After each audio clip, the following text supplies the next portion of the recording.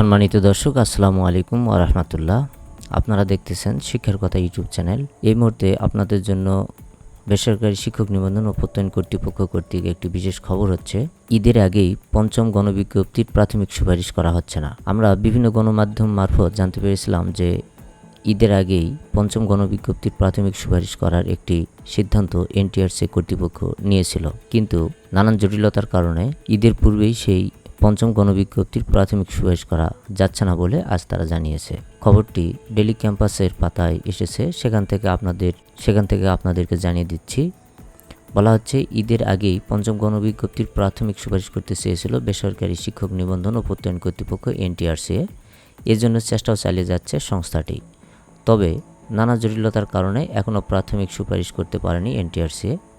এমনকি কবে নাগাদ প্রাথমিক সুপারিশ করা হবে সে বিষয়ে স্পষ্ট করে কিছুই বলছেন না সংস্থাটির সংশ্লিষ্ট শাখার কর্মকর্তারা। পঞ্চম গণবিজ্ঞপ্তির প্রাথমিক সুপারিশের বিষয়ে জানতে এনটিআরসি এর একাধিক কর্মকর্তার সাথে যোগাযোগ করে ডেইলি ক্যাম্পাস।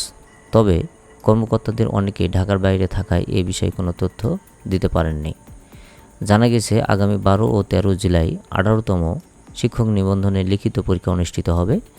এই লিখিত পরীক্ষা যে কেন্দ্রগুলিতে অনুষ্ঠিত হবে সেই কেন্দ্রগুলোর সার্বিক পরিস্থিতি পর্যবেক্ষণ করতে বিভিন্ন জেলায় গেছেন এনটিআরসি কর্মকর্তারা। নাম অপ্রকাশিত রাখার সত্ত্বে এনটিআরসির এক কর্মকর্তা দ্য ডেইলি ক্যাম্পাসকে বলেছেন, পঞ্চম গণবিজ্ঞপ্তির প্রাথমিক সুপারিশ নিয়ে কাজ চলছে। কাজ শেষ হলে ঈদের আগে প্রাথমিক সুপারিশ করা হবে, তবে কাজ শেষ করতে না পারলে প্রাথমিক সুপারিশ ঈদের পরে হবে। এছাড়া আরও জানা গেছে, আইসিটি বিষয়ে নিবন্ধনধারীদের রিটের শুনানি হয়েছে কিনা সে বিষয়ে জানতে চাওয়া হলে ওই কর্মকর্তা কোনো সদুত্তর দিতে পারেননি। তো যেহেতু ঈদের আগে প্রাথমিক সুপারিশটি হচ্ছে কিনা এ বিষয়ে এখনও কোনো সুস্পষ্ট নির্দেশনা নেই বা কোনো তথ্য নেই। তাই যদি কোনো কারণে প্রাথমিক সুপারিশটি ঈদের পরে চলে যায় তাহলে আরও অনেক দেরি হতে পারে বলে মনে করা হচ্ছে। তো সর্বোপরি যারা এবারে শিক্ষক হওয়ার জন্য আবেদন করেছেন সবার জন্য শুভকামনা জানিয়ে আজকের ভিডিও এই পর্যন্তই।